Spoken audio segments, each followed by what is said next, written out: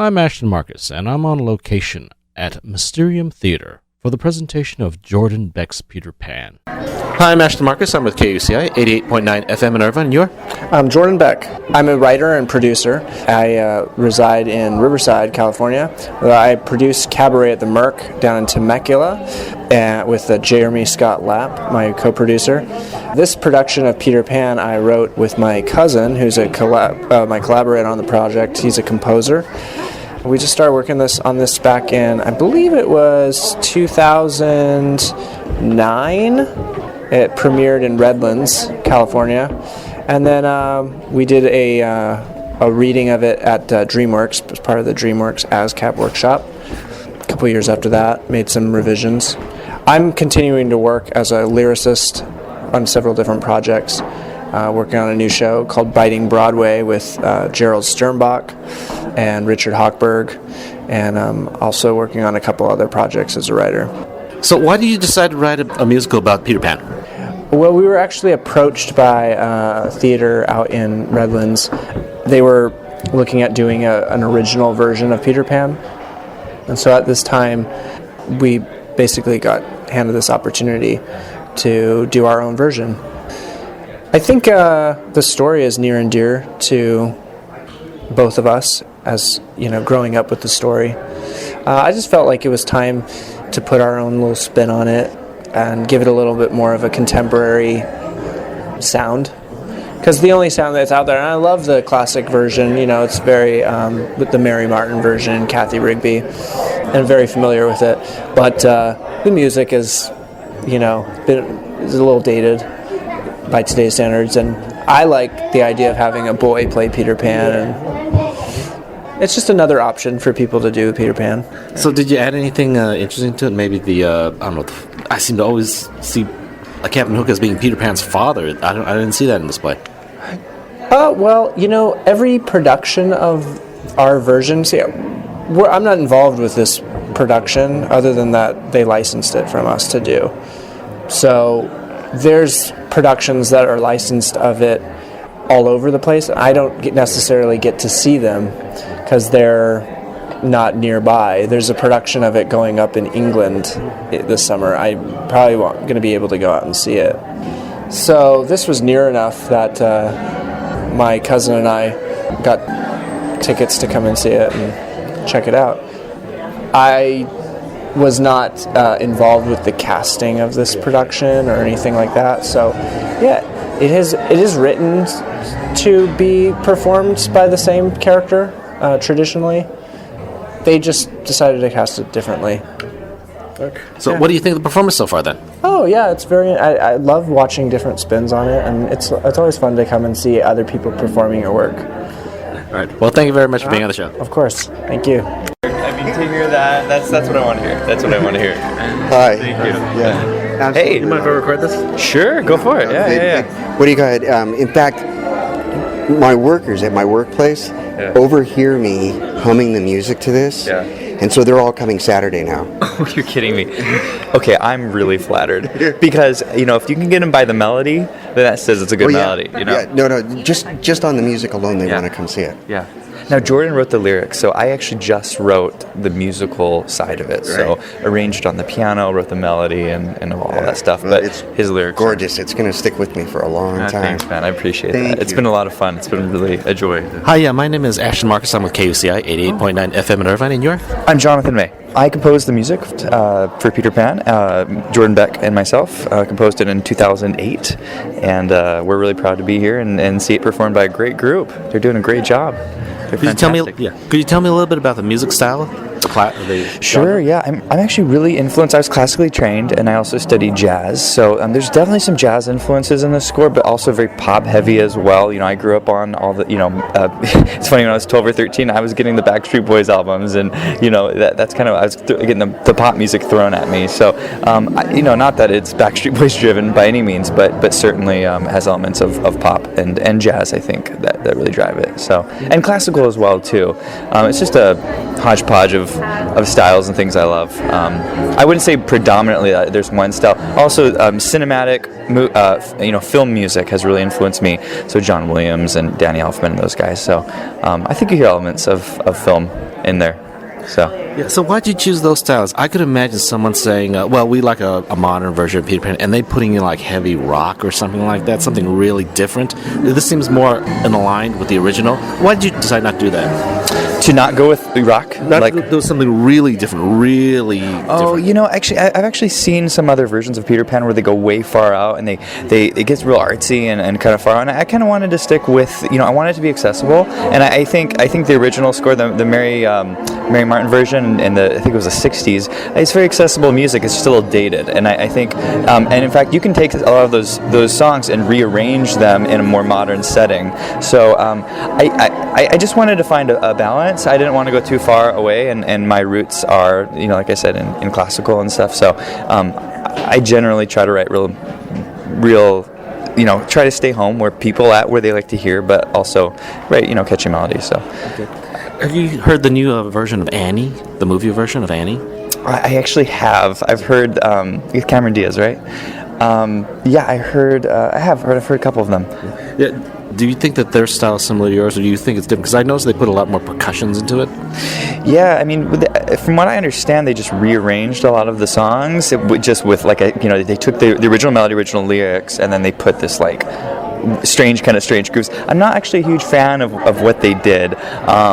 Sometimes you have to leave things how they are. They're meant to be, some of these songs are written in these older styles, and I think they fit better. Especially a musical like that, it's very, very classic sounding, and sometimes when you try to rearrange it in this modern setting, I don't think it always works incredibly well. So I'm personally not a huge fan. So you wouldn't have liked it if someone did that to Peter Pan, if they put like a percussion, left the songs the same, but just rearranged it? I'm open to it. If someone does it really tastefully, and they, if they took my songs, and are you saying my songs or the original? The original songs. Oh gosh, I think there's certain people who could pull it off, but I just, even that one, I grew up watching the HBO special, and those songs to me, you need the orchestra. So I don't know. I think some people could pull it off, but again, it's like, is it worth it? I mean, why? What are you adding to the score? To put like a pop groove to it, or to rearrange it with like electronics. I don't know. Musically, is it going to say something more than the original? I mean, you're singing the same melody and you're singing the same words, so I don't know. So what's your next project? Right now I'm taking a little break from writing musicals, and I have a website called Piano with Johnny, and I have a YouTube channel, and they go hand in hand, and I basically am doing a lot of new arrangements of actually taking pop songs and arranging them, ironically that we're talking about this, I arrange them in old time piano styles. So I'm doing like stride, ragtime, boogie woogie piano, but taking songs like, taking songs by Katy Perry and doing them in these fun styles. So I have a YouTube channel. It's called Johnny May, and you can look up Piano with Johnny on YouTube. We've got about 42,000 subscribers, and just kind of building the channel right now. So yeah. Well, thank you very much for being on the show. Yeah, absolutely. Thank you. It's a pleasure. Hi, my name is Ashton Marcus. I'm with KUCI 88.9 FM in Irvine. You're? I'm Johnny Vasquez from Eastvale, California. I've been doing theater since I was 5 years old, and it's a passion of mine. I love doing it, and it's really fun. Great way to stay in shape. I play Peter Pan in Peter Pan. He's a boy who just really does not want to grow up, and he just loves being a child and everything about being a child. Okay, and now one thing I was very impressed by, I was actually impressed by your movement and your acting. Could you give me a comment? Does that come naturally to you, or did you kind of train for that? This part, I feel like it was made for me because I'm so crazy normally, and being crazy on stage is just like my favorite thing to do, because that's what this character has to do. So it comes to me naturally, I guess. When did you start doing this? I started doing it when I was 5, because my kindergarten principal actually told me about this theater in Chino, and I grew up there, did shows there until I was about 10. I did every show there, and then got my first lead when I was about 10, and ever since then I've just been doing theater and getting better as I've been going. I've spoken to a lot of actors, and they actually say that they've always been like this. This is part of their personality. They were born that way. Is that true? Were you always like this? Were you always kind of an actor? I was always crazy and always wanted to get up in front of an audience and perform, but I never actually did anything about it until I was 5, and it was probably the best thing I ever did because it's been a great experience. Thank you very much for being on the show. Yeah, no problem. Thank you. Hi, my name is Ashton Marcus. I'm with KUCI 88.9 FM in Irvine, and you're? Hi, I'm Michaela Varvis. I go to Rancho Starbuck. I'm 14 years old, and I love doing theater. Okay. And which character did you play? Wendy Darling. Wendy is a 13-year-old girl trying to decide whether she wants to grow up or not because she loves being a child and playing pirates with her brothers and reading stories, but she wants to be an adult also. How long have you been doing this? About 3 years. So you actually started relatively late for Child Stars. How did you get into it? I started through my singing teacher. Are you planning to do this for your career, or is this just something you're doing as a hobby? I like to do it as a hobby, but I hope to continue it in high school. Thank you very much for being on the show. Thank you so much for coming. Hi, I'm Ashton Marcus with KUCI 88.9 FM in Irvine, and you're? I am Judy Mina Ballard. Okay. And could I have a brief bio of you? I am an actor, singer, dancer, if that's what's called for in the script, and I've been doing this for pretty much as long as I can remember. But I took a long break, about 25 years, and just got back into it a few years ago. Okay, and which character did you play? I'm Captain Hook. Captain Hook is traditionally the villain. Traditionally, Captain Hook is played by a man. The authors were here tonight, and they were talking to my husband saying that they originally wrote this for a tenor. And so they were a little skeptical about how I was going to do it, but they seemed to be very pleased. So I'm very lucky to have been asked by the director, Robin, to play this character about a year ago. And so I am just absolutely thrilled. Usually I see Captain Hook being played by the father. Mm-hmm, by Mr. Darling. Yeah, that's absolutely true. It just wasn't, it was going to take too much finessing of the script to do it that way. We did discuss originally maybe having me play Mrs. Darling and having Mrs. Darling kind of play it out. But again, it was going to take too much massaging of the script, and that wouldn't have been fair to the words that were originally written by the authors. So I was thrilled the way it worked out. Yeah, so basically, what did you bring into it? Because it's not like you can actually go to, say, the YouTube or the theater and see what the original was. You have to make your own character. Right. No, I absolutely made my own character. Part of what we decided early on was that my Captain Hook was at one point a lost boy and a bit obsessive compulsive, and so that's why you notice throughout the show my pirates have lint rollers, they've got wipes, they've got a nail file for my hook, breath spray, all of those things, because I don't want dirt around me, and when the lost boys come in, that's what they are. They're just dirty. So okay, well, thank you very much for being on the show. Absolutely. Thank you very much. Hi, I'm Ashton Marcus. I'm with KUCI 88.9 FM Irvine, and you're? Hannah Jarvis. I am a college student at Orange Coast College. I started out dancing, and then I took music lessons, and then I got into acting and theater, and I am a theater major and hope to become a professional actress. I played Tinkerbell, and I also choreographed the show. Tinkerbell is Peter Pan's sidekick. She's really feisty and gets jealous when Peter gets closer to Wendy because she feels like she's going to get pushed out of the picture. But her main concern is Peter Pan because she does sacrifice her life for him, but because everyone believes in fairies, she's brought back to life through that belief. And what did you do as the choreographer?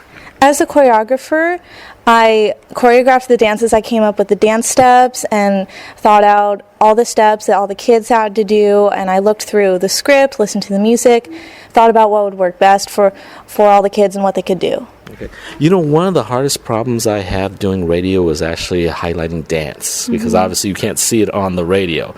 So maybe you can help me out here. Could you tell me a little bit about the movement and also about, what my viewers could expect if they come see it? Well, for the Lost Boys, a lot of their movement is very childlike. Like, they play Duck Duck Goose, they play tag in a couple of the numbers. They're very jumpy and skippy because they're young boys, so they're very high energy. And then for the pirates, there are a lot of heel clicks, do-si-dos. There's a tap number, because why not? And I have them do just big gestures. The pirates are big, like, goofy characters, so I gave them a lot of big, goofy movements and gave them a little, like, freedom, especially if they have a certain character trait. I was actually impressed with Peter Pan's movement. Did you do that, or was it him? That was all him. Peter Pan is really good. I did give him a couple suggestions on a couple of the numbers that he's in, you know, like, stand here, this is how you're feeling, this is how you're acting, and he just went with it. Thank you very much for being on the show. Thank you so much. Hello, my name is Ashton Marcus, and I'm with KUCI 88.9 FM in Irvine, and you're? Hi, I'm Robin Walton. I had the honor of directing Peter Pan here, and I also get to play Smee, the best of both worlds. Smee is the fun side of Hook. He keeps the pirates in order, and he actually is a lost boy, although he's grown up. He still thinks he's a kid. Okay. What did you look for in the casting? Well, we were very fortunate to have Mr. Johnny Vasquez play Peter Pan. This version of Peter Pan is a love story between Peter and Wendy. And so you need a boy who can sing and act and cry and fly and skateboard. And he's a professional actor, and we were fortunate to get him for this production. I've noticed you did choose kids here. I've seen a lot of performances where they call for kids, and they have adults do it. Yes. Okay. So why did you choose to have kids do it? Well, they're lost boys. They haven't grown up. Peter Pan is a boy. That's the whole point. So why wouldn't you honor J.M. Barrie's vision and Jordan Beck and Jonathan May's updated version of this show? It's designed for kids, teenagers, and we were very fortunate to get a whole hassle of them. So you didn't find any challenge behind that? I mean, what did you do? Just audition everybody? We didn't have a lot of kids show up for auditions, and in fact, every kid who auditioned got to be in the show. So it was really nice for the kids. 3 of the kids in this show, this was the first show they'd ever done in their lives, and one of them, the 8-year-old boy, his mom is like, I don't know what we're going to do after this show. He's hooked for life. So we've got 3 complete beginners who, this was their first foray into acting, and you know what? They're never turning back. I also remember an announcement they said earlier that this is not, you did not train these children. This is not a child theater here. This was not a workshop. The kids did not pay to be in the show. These are just kids giving an opportunity to express themselves, song, dance, and acting, and boy, they sure did that. I was actually impressed by all the kids. Yeah, this show could be done for weeks and weeks and weeks. We could fill up the audience. We've not had an empty house. It's been full houses every night, and we've only got 2 more shows, and we're already wishing we could do this show again. All right, thank you very much for being on the show. Thank you very much. Okay. Jordan Beck's Peter Pan will be playing at Mysterium Theatre from April 9th to the 19th. For more information, go to www.mysteriumtheatre.com or theorangecurtainrev.com.